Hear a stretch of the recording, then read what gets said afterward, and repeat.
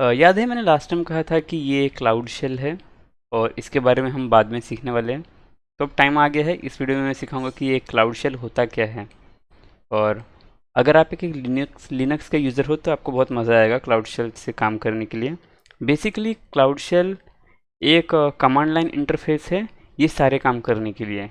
यहाँ पे जो अपना पोर्टल है ना, ये पोर्टल माइक्रोसॉफ्ट एजर का पोर्टल, यहाँ पे आप वर्चुअल मशीन क्रिएट करते हो, ग्रुप्स क्रिएट करते हो, डेटाबेसेस क्रिएट करते हो। तो यही सेम चीज़ आप अगर चाहो तो इस कमांड प्रॉम्प्ट से कर सकते हो। एंड इस कमांड प्रॉम्प्ट से आपका टाइम बचेगा, चीज़ों को ऑटोमेट कर सकते हो एंड थोड़े फटाफट कर सकते हैं। अगर आपका कमांड्स पे हाथ बैठा है तो बहुत फटाफट कर सकते हो। और यही मैंने स्टार्टिंग में कहा था, अगर आप एक लिनक्स यूज़र हो तो जो लिनक्स के यूज़र होते हैं उनको कमांड प्रॉम्प्ट के साथ ज़्यादा कंफर्टेबल होता है कोई भी काम करने के लिए। तो वही सेम चीज़ है यहाँ पे। यहाँ पे हम इसको बोलते हैं एज्योर क्लाउड शेल। तो एक बेसिक सा कंसेप्ट समझ लो कि क्लाउड शेल इसमें काम कैसा करते हैं। जब भी आप एक क्लाउड शेल स्टार्ट करते हो तो एज्योर आपको एक टेम्पररी वर्चुअल मशीन दे देता है एंड उस वर्चुअल मशीन के अंदर सारे टूल्स इंस्टॉल कर देता है एज्योर, ताकि आप उस कमांड प्रॉम्प्ट को यूज़ कर सको। जैसे कि अपने पास ये है ना कमांड प्रॉम्प्ट, विंडोज़ का ये जो पावर शेल कमांड प्रॉम्प्ट है, ये पावर शेल प्रॉम्प्ट ऐसे ही तो नहीं चलेगा ना, इसको भी एक कंप्यूटर लगेगा जैसे कि मेरा लैपटॉप है। तो सेम यही केस में यहाँ पे एजर क्लाउड शेल में एक टेम्पररी वर्चुअल मशीन मिलता है जिसके अंदर एजर के सारे टूल्स वगैरह इंस्टॉल्ड है और आप वो यूज़ कर सको। एंड ये एक्टिव रहता है 20 मिनट तक। अगर आप यहाँ से हाथ हटा दोगे तो फिर वो चला जाता है, फिर आपको एक न्यू फ्रेश सेशन क्रिएट करना होता है। बट टेंशन की कोई बात नहीं है, आप जो भी चीज़ें करते हो यहाँ पे आप चीज़ों को सेव कर सकते हो एक स्टोरेज अकाउंट की मदद से। एंड वो फ्री नहीं आता है। तो यही आप यहाँ पर जो देख रहे हो ना, आप यहाँ पे फर्स्ट टाइम क्लिक करोगे क्लाउड शेल पे और यहाँ पे इस तरह का कोई चीज़ दिखाएगा। ये बोलते हैं कि देखो ये जो क्लाउड शेल है उसको यूज़ करने के लिए तो कोई खर्चा नहीं है, बट आप उस क्लाउड शेल की मदद से जो कुछ भी फाइल्स वगैरह क्रिएट करोगे या फिर जो भी चेंजेस वगैरह करोगे वो सेव करने के लिए कोई तो स्टोरेज अकाउंट चाहिए। तो ये मुझे बोल रहे हैं कि क्या एक स्टोरेज अकाउंट क्रिएट कर दूं। तो और कोई ऑप्शन तो ये है नहीं यहाँ पे, तो हमें एक स्टोरेज अकाउंट को क्रिएट करना ही है। एंड ये स्टोरेज फ्री नहीं आता है। Okay, so cloud shell use करना फ्री है बट जो स्टोरेज अकाउंट है वो फ्री नहीं होगा।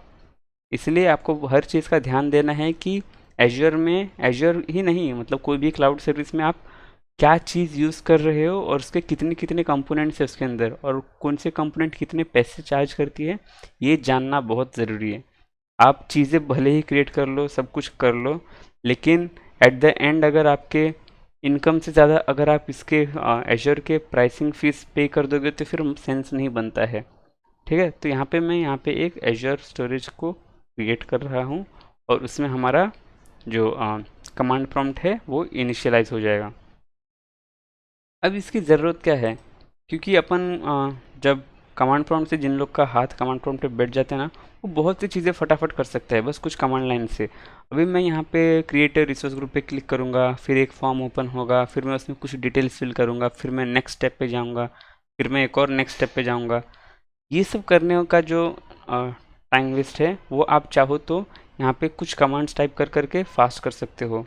आपको अगर चाहिए तो उन कमांड्स को एक नोटपैड फाइल में या टेक्स्ट फाइल में लिख के रख लो और कॉपी पेस्ट करके धड़ाधड़ जो भी आपको क्रिएट करना है या फिर कोई सेटिंग्स चेंज करनी है तो आप वो कर सकते हो। बट वही चीज़ अगर आपको स्टेप बाय स्टेप बोला तो फिर टाइम लग जाता है, इनएफिशिएंट है। एंड इस रीज़न से आप ये भी यूज़ कर सकते हो एजर का क्लाउड शेल।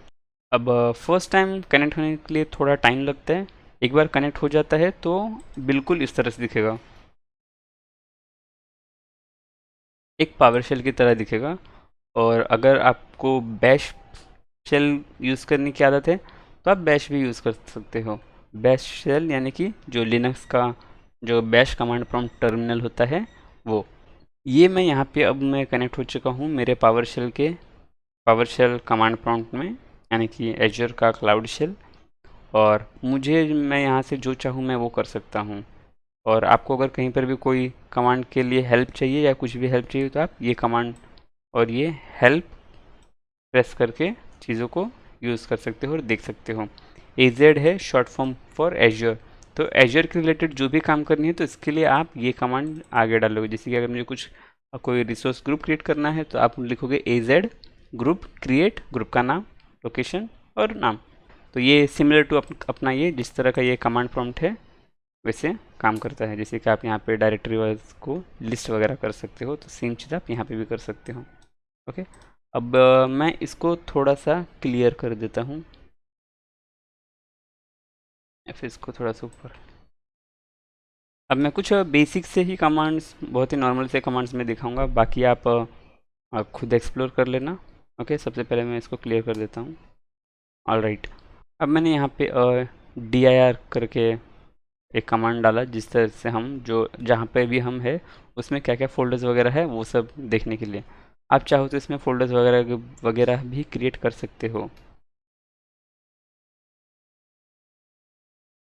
और अब देखोगे तो ये फ़ोल्डर क्रिएट हो चुका है।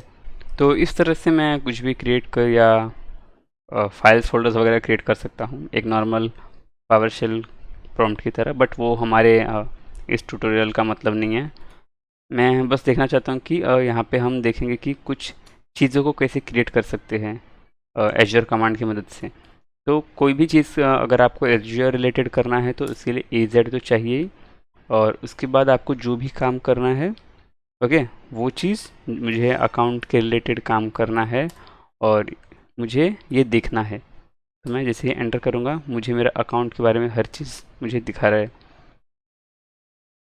अभी फिर से मैं क्लियर कर देता हूँ।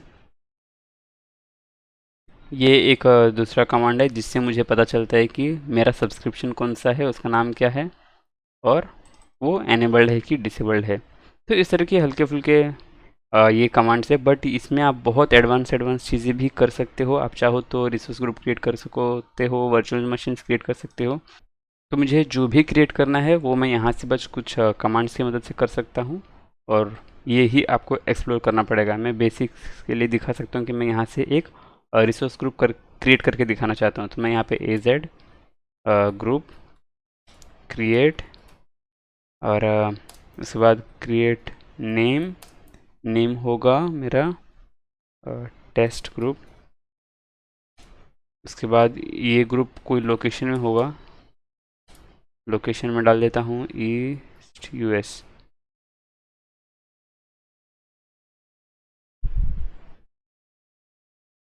ओके, अब अगर मैं यहाँ पे आके देखूँगा ना रिसोर्स ग्रुप में, तो वहाँ पे एक टेस्ट ग्रुप नाम का रिसोर्स ग्रुप क्रिएट की हो गया होगा।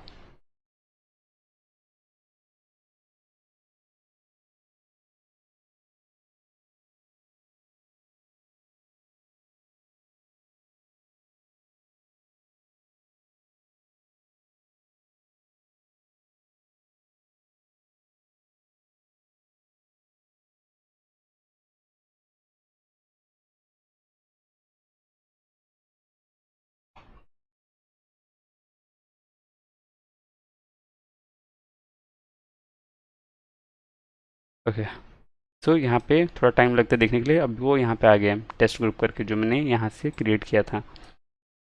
और ये इसी तरह के आप बहुत ही चीज़ कर सकते हो। चाहो तो वर्चुअल मशीन क्रिएट कर सकते हो, एसक्यूएल मशीन क्रिएट कर सकते हो, फंक्शंस क्रिएट कर सकते हो। एंड उसके लिए आपको कुछ भी बाहर करने की ज़रूरत नहीं है। जब जो क्रिएट करना है यहाँ पे टाइप कर दो एजेड एजेड और टाइप कर दो हेल्प। आप जैसे ही ये क्लिक करोगे बहुत सारी हेल्प्स मिल जाएगी कि यहाँ पे क्या क्या चीज़ें हम यहाँ से कर सकते हैं और किसका क्या मतलब है। अगर मुझे ग्रुप क्रिएट का फुल ये नहीं भी पता होता तो मैं बस इतना लिख सकता था एजेड ग्रुप और एंटर कर देता मैं, तो मुझे बता देता कि क्या क्या चीज़ें मिसिंग है, क्या क्या चीज़ों की ज़रूरत है मुझे। जैसे कि उसने बोला कि ये यूज़ कर सकते हो या फिर डिलीट कर सकते हो। तो मैं अभी मुझे डिलीट करना था एजेड ग्रुप डिलीट, सॉरी,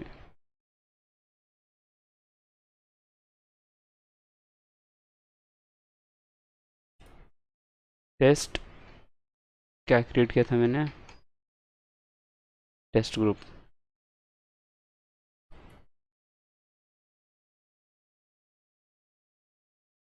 अब ये जो मेरा रिसोर्स ग्रुप है वो डिलीट हो जाएगा।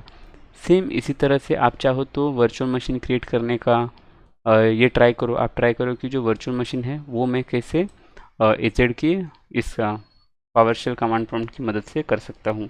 आप चाहो तो एजेड का एजर का CLI टूल्स भी आता है, वो आप अपने लोकल मशीन में इंस्टॉल करने के बाद डायरेक्ट पावरशेल में भी काम कर सकते हो, आपको इसकी ज़रूरत नहीं पड़ेगी। एंड उस तरह से जो आपका ये स्टोरेज वाला जो स्पेस है, ये स्टोरेज स्पेस वो भी आपका सेव हो जाएगा। अब ये अभी थोड़ा टाइम ले रहा है, पता नहीं क्यों ले रहा है, बट ये हो जाएगा। तो आई थिंक कि इस वीडियो में मैं बस इतना ही करूँगा, बट मैं चाहता हूँ कि आप लोग इसको एक्सप्लोर करो, इस कमांड प्रॉम्प्ट को एक्सप्लोर करो, इसमें क्या क्या फीचर्स है वो एक्सप्लोर करो। एंड ओके, ये अपडेट हो गया। एंड बताओ मुझे कमेंट्स में। चलो फिर, बाय।